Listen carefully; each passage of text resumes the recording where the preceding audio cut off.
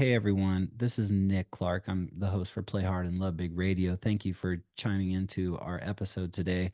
I have a really special guest that I'm super excited about having, Ruthie Matthes. Welcome, Ruthie. Thank you, Nick. I'm glad to be here. Ruthie, some of you may know Ruthie, some of you may not know Ruthie, but Ruthie is a phenomenal person. I reacquainted with Ruthie at my grandmother's service this past year, and you're just so easy to talk to. From the moment that I got the opportunity to talk to you, and then in weeks past that, I just kept thinking about you. I'm like, wow, she's really just a neat person, and you have a really great energy about you, and I couldn't be more excited to have you on our show today. Yeah, so thanks for just being you, Ruthie. My pleasure. My pleasure. Becoming The more me every day. At least I hope I am. Well, that's a good thing. I think people are striving to become more and more themselves, but not everybody's going in the doing the right things in order to get themselves there. So I'm interested in hearing about what it is that you're up to. But first and foremost, I just want to give you a proper introduction because Ruthie, you have quite the background. And I was first introduced to you and your name in 1990, at least what I can recall, when the mountain bike world championships were in Durango. And Ruthie, you were there biking and one of the professional athletes. And I just remember growing up, with your name, Missy Giove, Johnny Tomac, Ned Overend, like all these amazing mountain bike ambassadors were right in my hometown there in Durango. And you were one of the ones that I really remember watching and being inspired by. And through your career, you're a world champion mountain bike racer, you're an Olympian, and you're a multiple national championship mountain bike racer. I feel like I'm in the presence of an icon. So thank you. Oh, you're welcome, Nick. And I do want to mention as well that I started out road racing. And I was on the national team with that as well and a national champion. I only bring that in is because a lot of times when I talk to kids, they're like, well, oh my gosh, it's like, well, my journey wasn't a straight line. I started out as a ski racer as a kid and then up in Idaho. And then my ski coach said, Ruthie, you're going to be a better cyclist. And at that point in time, mountain biking wasn't, um, an international sport or being on the cusp of an international sport. So it really wasn't even in my I didn't even know about it. I hardly even knew about road racing because I lived in a ski town. But it was a process. It was the 10,000 hours kind of thing. I'm like, well, you start in one sport and then you go to another sport and then, oh, I've done my homework. I'm ready for this mountain biking thing. And yeah, it was really special to have Durango be the first official world championships international. And our sponsor at the time was Tom Ritchie. And actually, Katrin Tobin and we raced the Worlds up at Perg together. But we were road riders, and he said, no, but you guys, well, we'll help you out if you do the Worlds in Durango. And Katrin and I were like, well, what are we doing? And we came here and I actually medaled, which was a surprise in some ways and not in others. But that was my introduction really to mountain biking. Yeah, thank you. I appreciate you, taking it back to your childhood a little bit because it is like that, right? I mean, everything that we do builds on the next step and it prepares us for what's next in our life. What was it like growing up in Idaho and skiing? And what was it that you wanted to do with your skiing at that early age? Did you have kind of an idea of the direction you wanted to go with it? Yeah, I did. I was 3.5 years old when Jean Claude Keeley won um, three gold medals in Grenoble at the Olympics, and he was three. It must have been good golly, that's my memory. Anyway, I saw that on television. Our family didn't really have TV. I think we went up to the Challenger Inn up in the village of Sun Valley, and my dad was a ski instructor. My mom had been a ski instructor, and the whole culture of the valley was skiing. It was all about skiing, and so by the time I was 12, I finally got to be on the ski team, and I was like, all I want to do. Well, when I was 3.5, I informed my mother after watching that. I said, Mom, I want to be an Olympian. And she's like, okay, and we had Olympians in our midst, so it was like, yeah, okay, well, that's great.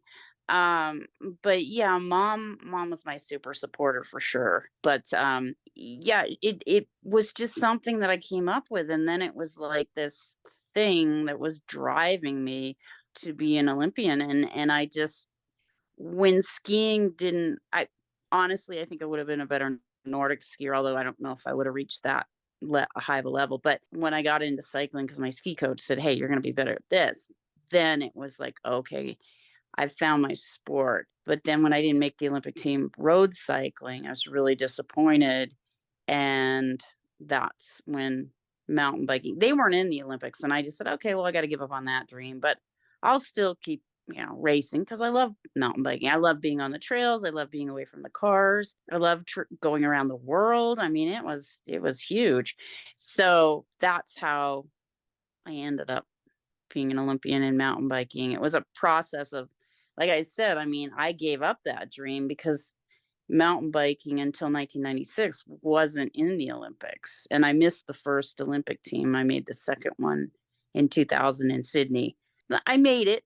I say that with a little reservation in my voice because by the time I made it, the selection had changed a little bit and I wasn't as fast as a racer as I was in 1996. Mhm. But that's just the way things, sometimes things just don't work out as you think they might, but there seems to always be a golden kernel and however it does turn out, even if it's not necessarily what I wanted.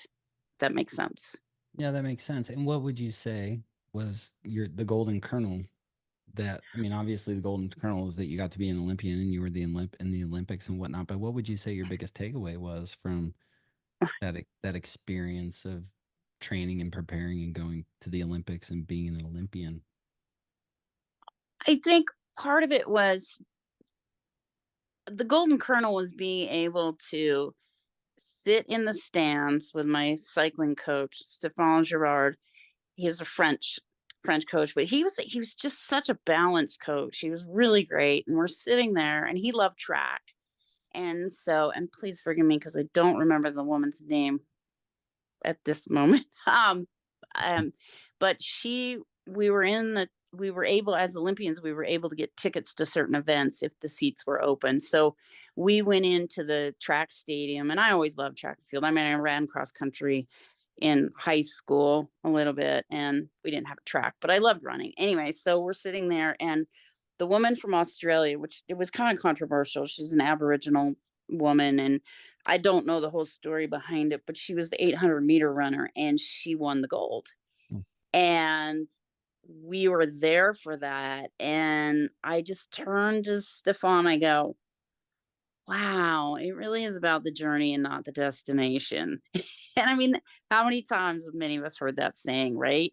Yeah. But didn't but it really, like, sunk in because, I mean, when we left the States, they're like, "We wanna give you a flu shot because it's going around the Olympic Village," and I was like, "No, I'm taking my chances." Mhm. Because anything can happen in a preparation, like, that sidelines, an athlete, my childhood friend I was on the ski team with, she was a top qualifier for the Olympics, but in that race, the gal ahead of her in her downhill ski run, fell, and they didn't Adele was allowed to go on her run. She came over a blind, jump, and the gal's laying there, and Adele just had, she wrecked, she crashed, and that was that.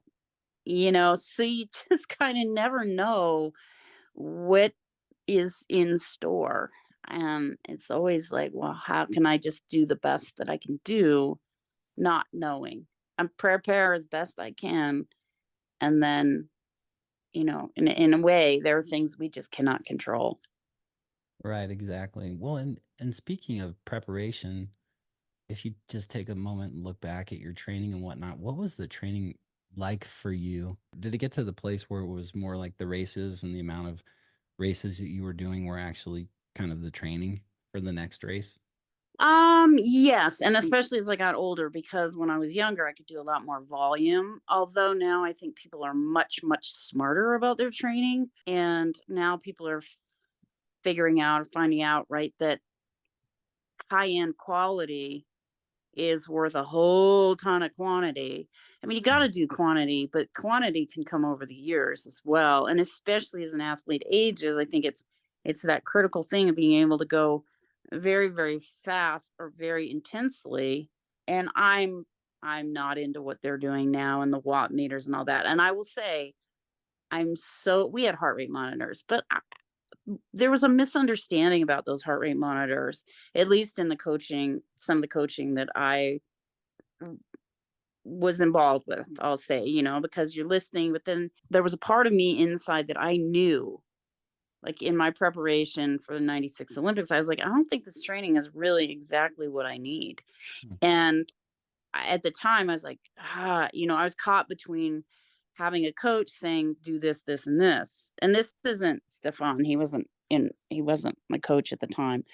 There's the inner knowing, that voice of intuition. And whether it's training, whether it's a major decision in life, or certain things that they're really meaningful, and yet I was influenced by outside factors when if I had just listened to my inner voice. Now, I don't know what would have happened differently in that particular case. I may or may not have made the team. I was up against some stiff competition for sure. But it's just keeping in mind, wow, I really need to check in out of my head, into my heart, and ask myself, is this really the best thing for me?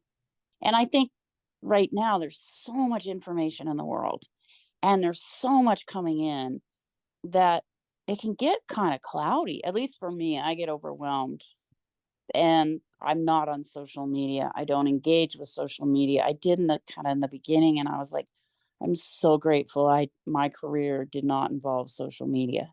But I Mhm. think part of it too is getting comfortable with the computers and getting comfortable with the media and all of that. And if kids are growing up now, it's like brushing their teeth. Maybe, I mean, that might be an exaggeration, but it's something, like Yeah. the way we're doing this interview, right? Like it we kind of went old school, or having a phone conversation, right? But it's just there's there's just so much incoming, and to be able to step step outside of that, maybe go out in nature, go for a walk, and get a clearer thought, get a clear feeling inside of like, this is really what I need to do. This would be best for me to do Yeah. this.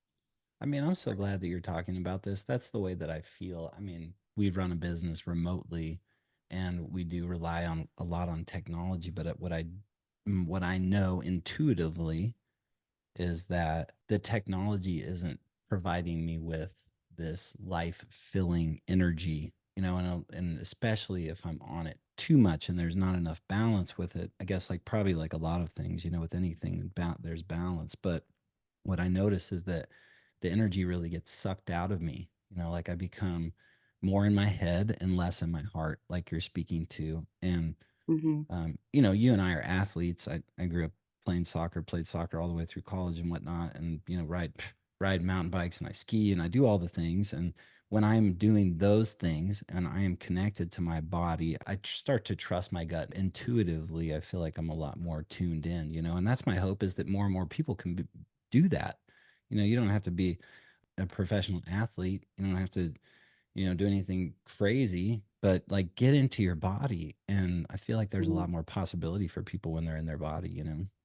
I agree 100%. And when I see people, particularly, and this is a judgment, I understand. I'm coming from a different space. Well, I'm coming from the space I'm coming. But if I'm on the trail and somebody's riding their bike, or they're running, or they're walking, and they got their phone, I mean, I do it too. Sometimes I go out and I have a conversation in the woods with my friend, but it's consistently being on a technological device, being out in nature, not being able to hear the birds, or being able to connect to, I mean, especially in remote areas. I mean, for me, there could be a mountain lion lurking. And if I'm listening to, I don't listen to heavy metal, but if I was listening to, heavy metal or a concert on my phone, Yeah. I am not tuned in to my environment. I am not, my spidey sense is distracted off on another situation, and even skiing. Like I'd go up on the lift at Perg and I'd be like, somebody be, their music is blasting out of their ears. And I'm sitting next to them. I'm like, gosh, we could have had a conversation for 3 minutes. Right. Um, Exactly. Oh yeah. yeah. And going on airports, I don't travel very much, but I went to Austin in early December, and hardly flown in the last 4 years or 6 years or 10 years. Um, but everybody's with their device. Not everybody, but I'd say 97% of the people were with their device and not connecting with a fellow traveler. But then there was this woman who was she was a stewardess, or no, flight attendant. Sorry, apologize. Flight attendant, and she was talking to this young man who's a pilot. And it was a great conversation. And I wasn't trying to eavesdrop on it, but I'm sitting right there, and she was very gregarious, and she was very much about, you know, sharing with this young man the opportunities of travel, and oh, if you can go here and you can go there. And it's like, that's cool, because to me, there's a certain amount of just connection there that's just fun. It's really fun to to share the world through someone else's eyes. For me, I love that. I guess I am a quite social person when I'm out and about, and I'm fascinated with people and how they get to where they go and what's going on with them. Like, I went to the sushi restaurant the other night by myself. I was starving. I was like, you know what? I'm over having to go with somebody. I'm like, no. And I sat down. This is hilarious. This is a great story. So I sit down, I go in, and there's one place at the end of the bar, and I'm left-handed, and it's perfect for me. I've got my left hand free, and my elbow can do whatever it needs to. Anyway, and I sit next to these two people, this couple, and they ordered something, and I said, "Oh, what is that?" And they're like, "It's da da da da, and we had it in Tokyo." And I was like, immediately I knew, okay, world travelers, that's cool.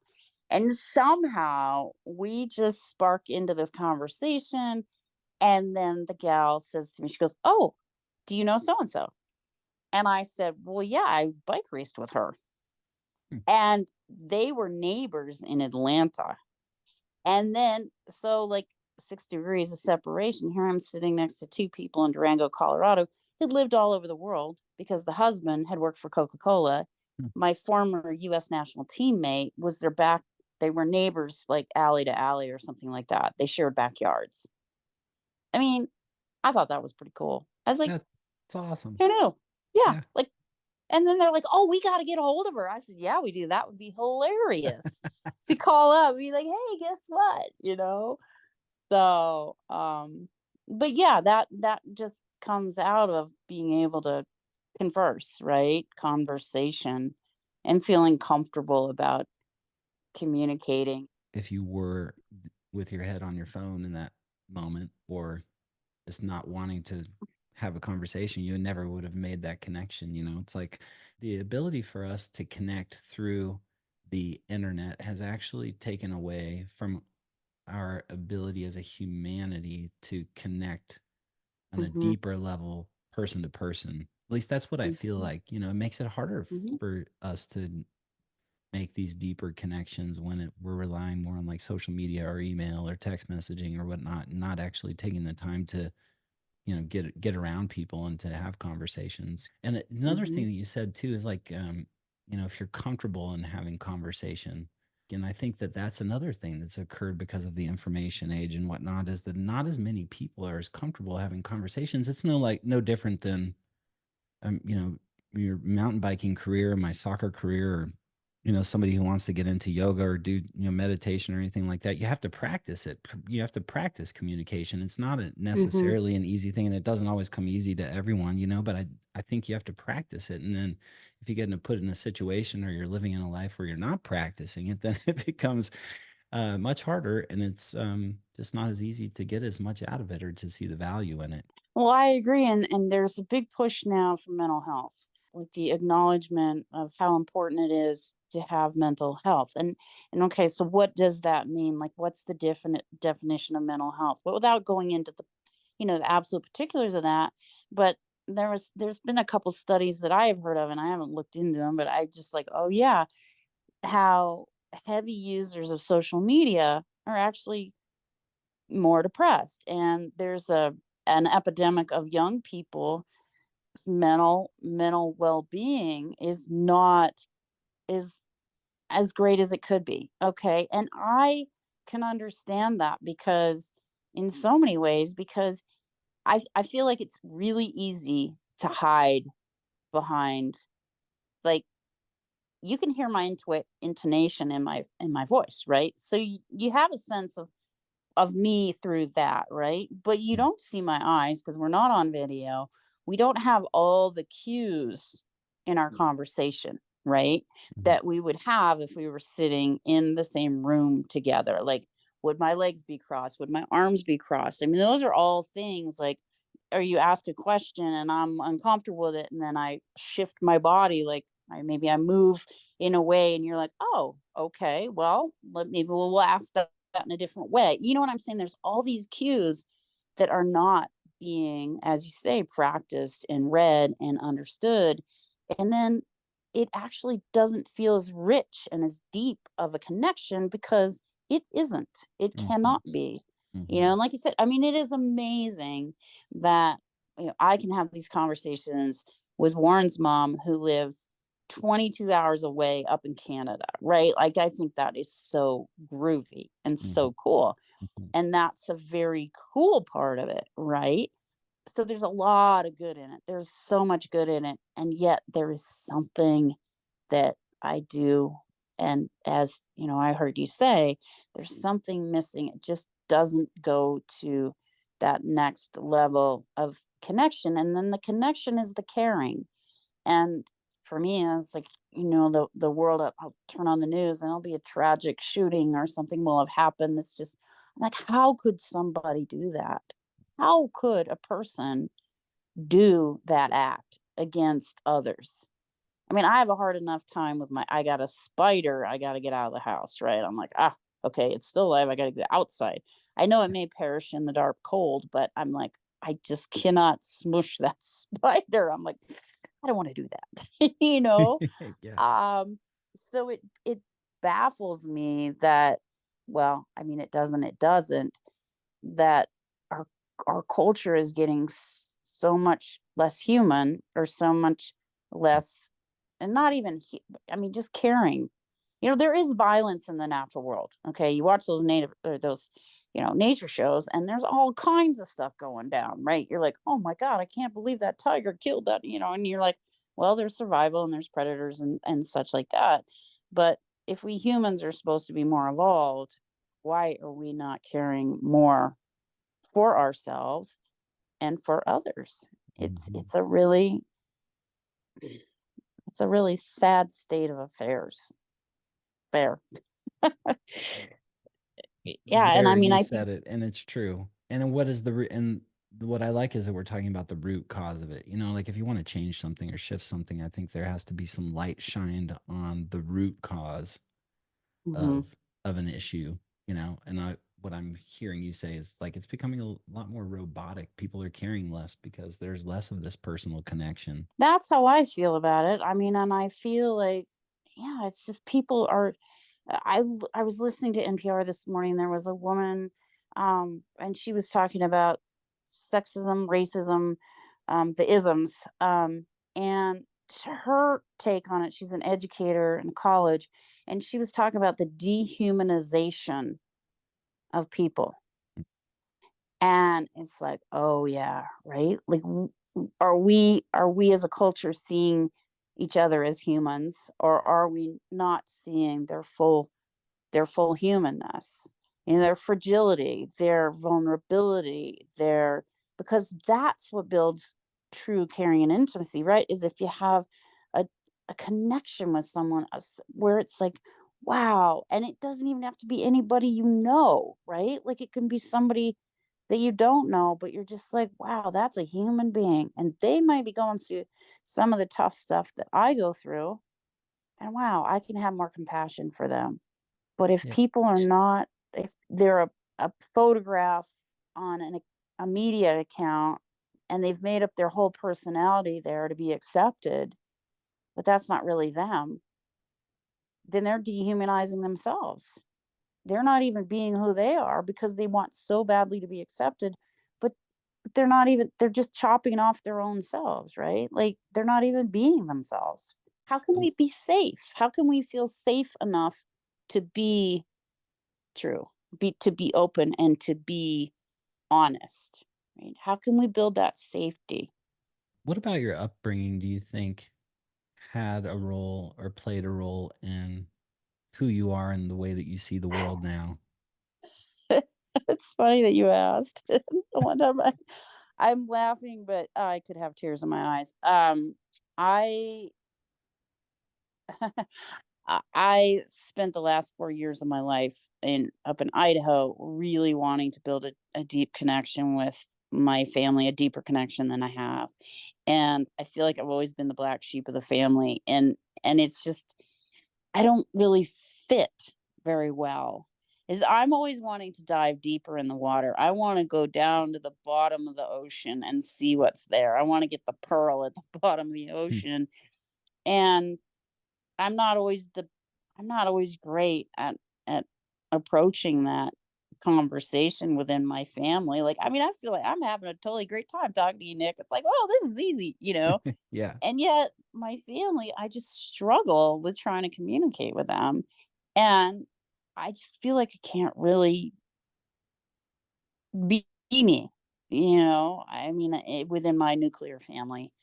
And that's hard. It's hard to be like not feel accepted, and but it's been a huge lesson as well because there is a saying, well, I've heard a saying that's like, we don't choose our family when we come in, they choose us. And what we get is where we get to grow. And I had a teacher in Jin Shin Jitsu, which is a form of energy work, and he said to the class, and I'll paraphrase, he said, well, if you really want to grow, go spend time with people you don't get along with. Hmm, It's like, yeah, right. Because those pokes, those prods, those needles, those whatevers, and then what's my reaction to that? Am I gonna poke and prod and needle back? Or am I gonna be like, "Ooh, okay, well, maybe I just there was a sore spot there, and I ought to back off and get a different perspective and try to be kinder and gentler." But going home, even as a as an older adult, um, it's tough, you know, because there's just all that stuff that's wrapped up when you're little, and but I think the biggest lesson that I came with is, wow, compassion.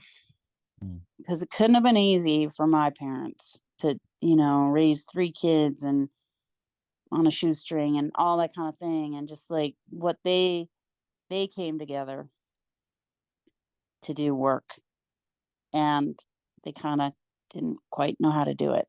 And then they raised a family within the chaos, and it's like, "Oh boy." This hmm. is interesting. I look at Michaela Schifrin, and what I know of her family, it seems very supportive. It seems, you know, like just that she had this incredible talent as an athlete, and then she had the support system in so many ways. And she is one of the most amazing athletes I've ever, you know, has been in my sphere, right? Like I just think, oh my gosh, she's just phenomenal. And she's very open about, like, when her dad passed away, she was very open about, "I gotta take care of me. I may never ski again." And Simone Biles, I mean, yes, they are the major stars of this day, but they're stars in a way that is like, they speak beyond the previous boundaries of being a sports star. Mm, You know, they are going out into the human level of, like, I mean, can you imagine being at the Olympics and having the twisties and needing to say, mm. I I gotta step aside. I can't I'm gonna injure myself possibly if I continue and the pressure and the negativity, and I mean, Michaela was also, like, harassed. You know, like, where do these people get off when they can't, you know, it's like, have some compassion. There's gotta be a reason why that person is saying, "Enough is enough. I gotta take a time out." Yeah. And why can we not support that in a better way? We, meaning our culture, is being like, wow, that's the ticket right there. Let's sign up for that. Mhm. Let's sign up for encouragement. Let's sign up for being supportive. And I don't know, I mean, you're a father and you've got two young sons, correct? That's Yeah. correct. Yep. 6 and Yeah, and 4. 6 and 4, okay, so what's the sport world that they're gonna, grow up in when then they're so fortunate to have you and your wife as well, their mom, I mean, just in what you do, you're in a wellness business and encouraging this, and, I mean, for a while, like, my dad's technique was to ignore me so I would try harder, and then I just built up all this anger and resentment. Well, that doesn't help a relationship. It that is not, but that was where he came from. He saw that if he ignored me, I would work harder to try to please him. Mm, And it worked, but it didn't work mm, because it backfired, So it's like, well, what if we came from a different view and went with a supportive route? It's still firm and disciplined and things like that, but just being like really supportive. mm. That's gonna create a better human being, whether that in my world, I'm not a parent, so I'm speaking out of turn, but I feel like we can be supportive, then whether that child or that little person becomes an amazing athlete or not, they're gonna become a good person, you know? And they're gonna have something to contribute that is really, really valuable, you know? And then the competition gets better too, Mm. you know, because now you're having people that are they care about each other. Like, I often thought if I was racing in a World Cup and I was winning a World Cup and or, in the top 3 or whatever, and one of my compatriots had crashed really badly, I was always thinking, "I'm gonna stop." Thank God I never had to stop. But, is a win worth more than maybe getting somebody, critical medical attention? You know what I mean? Like, where are our values? What is so, what drives us as a species? I don't know. Yeah. I got on a roll. Sorry, Nick. No, I just love listening to you. It's so good to hear your perspective, and I'm in line with what it is that you're saying. The athletes you're speaking about who have embraced the importance of playing soft or like being like real and like really taking care of themselves and taking a stand for taking care of themselves and not really caring what other people think, but like putting their feet down and taking care of themselves. When you're talking about how were criticized, and I think it's just because of the way that we're living disconnected from reality in some way, shape, or form, it becomes harder and harder for us to be kind to ourselves. And Mhm, then when we're not kind to ourselves, we aren't kind to other people. How we treat ourselves is how we treat other people. That's what's come up for me. And I love the reference and speaking about kids because it is our future generation, right? And the way that we approach our parenting, the way that our neighbors approach their parenting, how we approach each other and make shifts right now is the only way that we can make a shift moving forward. Obviously mhm. we can make shifts as individuals right now from where we are, and we still have a lot of life to live. But I'm talking like in the future generations, it seems to me like that's having conversations like we're having right here and being more in depth in the way that we're thinking and sharing and whatnot really can change future generations. And that's really my hope for this show. And I'm excited about the fact that you're so open and vulnerable and in your sharing. When I put on the form, I said, "How do you play hard?" And you said, "I play hard by learning to play soft."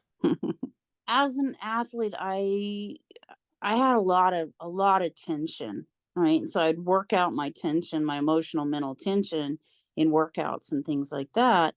And so it was a real safety valve for me. I mean, that was the place I could go be an athlete and I could deal with things I didn't know how to deal with, right? Like, and so yeah, I was tense a lot. I was just like really kind of, hard, right? Yeah. And now it's like be softer and smoother. Like there's a Buddhist saying, and again, a paraphrase is like, if you want to go faster, slow down.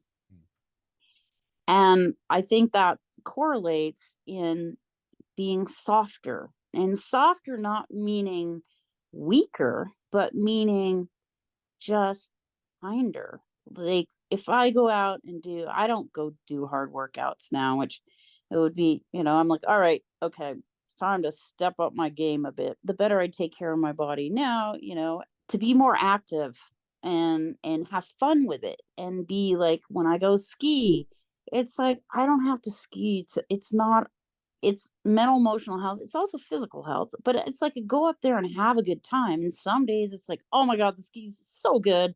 I just ski till I can hardly walk. But other days it's like, that's enough.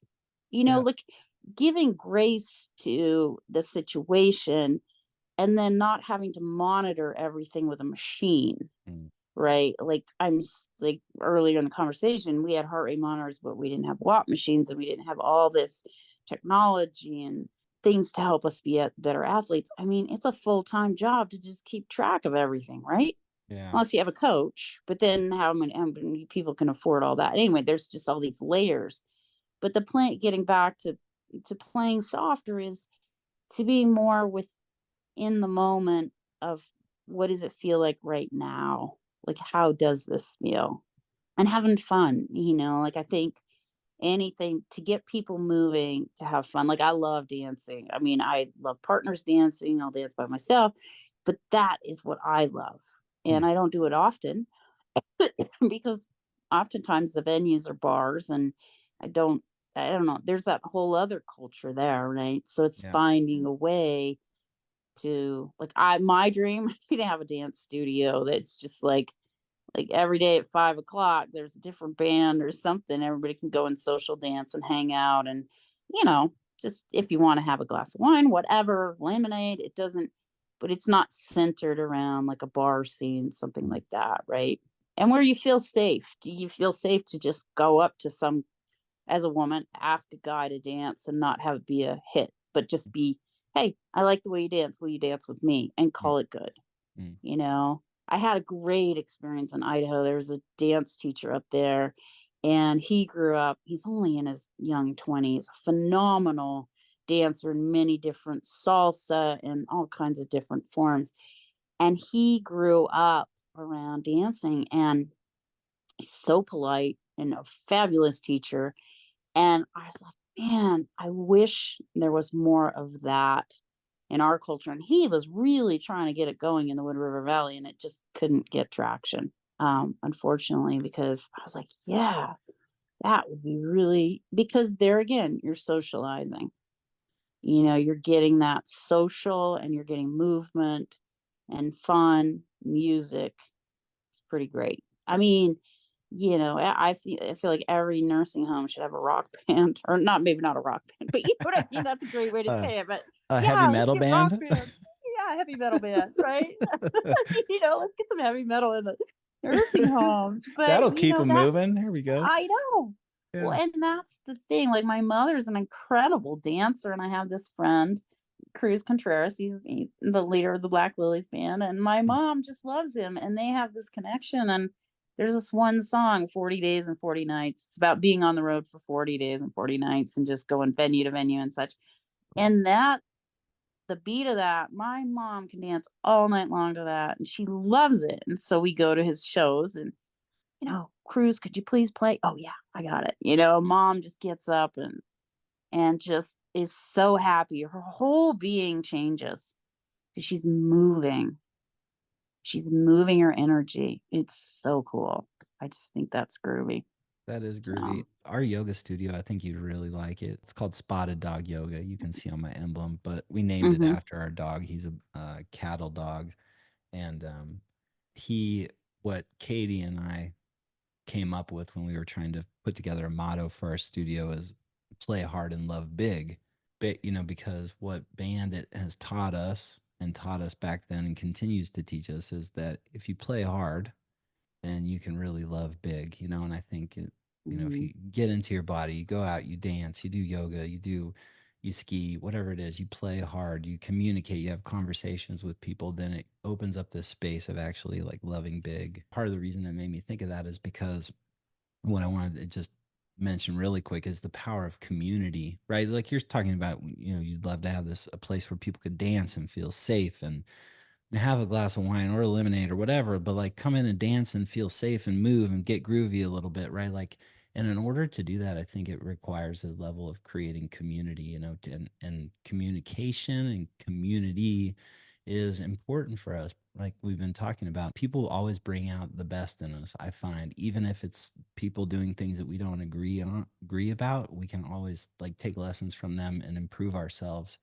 But there's so much power in community, and Durango is a place like that. I grew up in Durango, born and raised, and the town is just this amazing community. You walk downtown, you see people you know that they stop and they talk to you. Do you feel like Durango's still pretty community oriented? How has that evolved over time? Well, it's interesting that you asked that question because I went back to I spent the last 4 years mostly up where I grew up, but I wasn't in the town I grew up because the town has been taken over. The billionaires are taking over the millionaires. So we'll just put it at that. Yeah. So up there, I'm living in a town, Bellevue, which was never my home really. And I don't know that many people. I've met some people there, but speaking of Durango, coming back, it's like when I come here, yeah, I go to the post office and there, boom, I see somebody. I go to the dentist. Oh, there's somebody I know. And I don't have a huge group of people that I know, but it seems like, as you say, always, every time I go out, almost literally every time I go out, I see somebody I know and that I have a relationship with, right? Like, and I love that because Durango's gotten pretty big. I mean, it's grown considerably. I moved here in 1993, and so in 30 years time, it has really expanded. But at the same time, like I went to Pop Sushi and I was like, well, Hmm. I was talking to the waitress. I said, "Gosh, you seem to be here all the time." She goes, "Well, yeah, I was like the second employee, and I used to manage." And I was like, we struck up a conversation. So there's a there's an ease, and there's like it's kind of easy to make friends here, it feels like, Hmm. where up in the community I grew up in, no, I mean, there's a handful of people, and it's become a commuter a community. So down in Bellevue, people they get up in the morning, they start their cars, they leave them running forever, and then they drive up the valley to be of service to the ultra wealthy, and then they drive back, Got it. and then they're making their dinner and they're going to bed and they're doing it all over again. There's not as much interaction with people, you know. I mean, I do know there are a lot of people that commute from Bayfield and also Mancus too, but there's a big enough group here in town where it just feels more community oriented. And Yeah. yeah, there's always fundraisers and nonprofits and opportunities to go find your group, right? Like, what are you interested in? Oh, well, there's a bike race or there's a this or a that going on. And I really like the college too. I mean, that's something that I love, having a college in town. It just gives a vibrancy to the community that I feel, and an opportunity. It's like, well, if I want to go take classes, I can go up there and do it, Yeah. you Dang right. know? Yeah. Yeah. No, it's Yeah. And that's, such a cool yeah. place. Such a cool place to Hmm. grow up. And Ugh, yeah. like Yeah. it's so weird looking back at it, like that when I was there and going through high school and whatnot, I was looking to play soccer in different places. And it's like I wanted to get out of Durango Ugh, because, yeah. it was Oh, so yeah. small, and then I Yeah. left and I'm like, oh my God, I want to go back to Durango because it's so small. I love it there. It's like, what was I thinking? You don't appreciate sometimes the things that are right in front of you until they're gone. Well, true, but I mean, I had the same thing. Like, I just I was with you. I was like, I got to get out of here. Yeah. Everybody knows me. I can't turn my head sideways without somebody, knowing, like one time I stole a golf cart. I did. And then with this other gal, and I hit a tree. And so then the Sun Valley police guy, of course he knew my dad. He's like, "Well, he says," he looked at me and he knew and he knew I wasn't a troublemaker kid. This was kind of a one-off thing. And boy, did I never ever. I was like, "Yes, sir, no, I will never ever," because I knew I was gonna, if he mentioned it to my dad, whoo, I was gonna be in a lot of trouble. But kind of that's good, in a way where Yeah. you've got people looking over you and saying, "Hey, you sure you want to be doing that?" But yeah, as a kid, you're just kind of like, get me out of here. I just want to be, I don't want, yeah. And then it is like, oh, it feels so good to be back in a smaller town, Yeah. you know?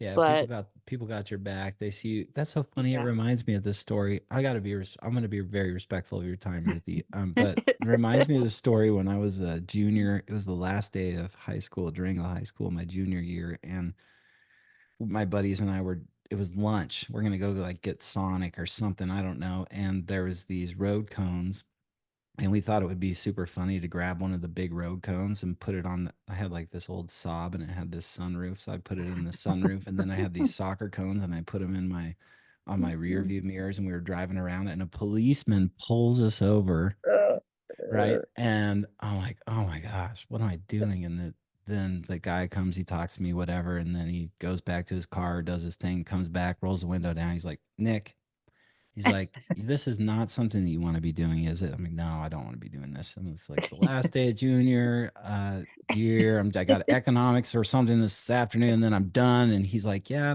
so don't do it again. And please tell your mom that I say hello. I was Right. like, You're like, oh shit. Okay. Got it. yeah, Yeah. right, Yeah, right. it's good. Something Yeah. about having some people looking after you, you know. Well, Ruthie, thank you Yeah. so much for sharing Oh, your life and your oh, yeah. personality and all the things that you believe on this podcast. I really Oh, appreciate you taking the time to be here today. of course. Are we all done? I mean, that was like 5 minutes. We started this conversation, right? Like, yeah.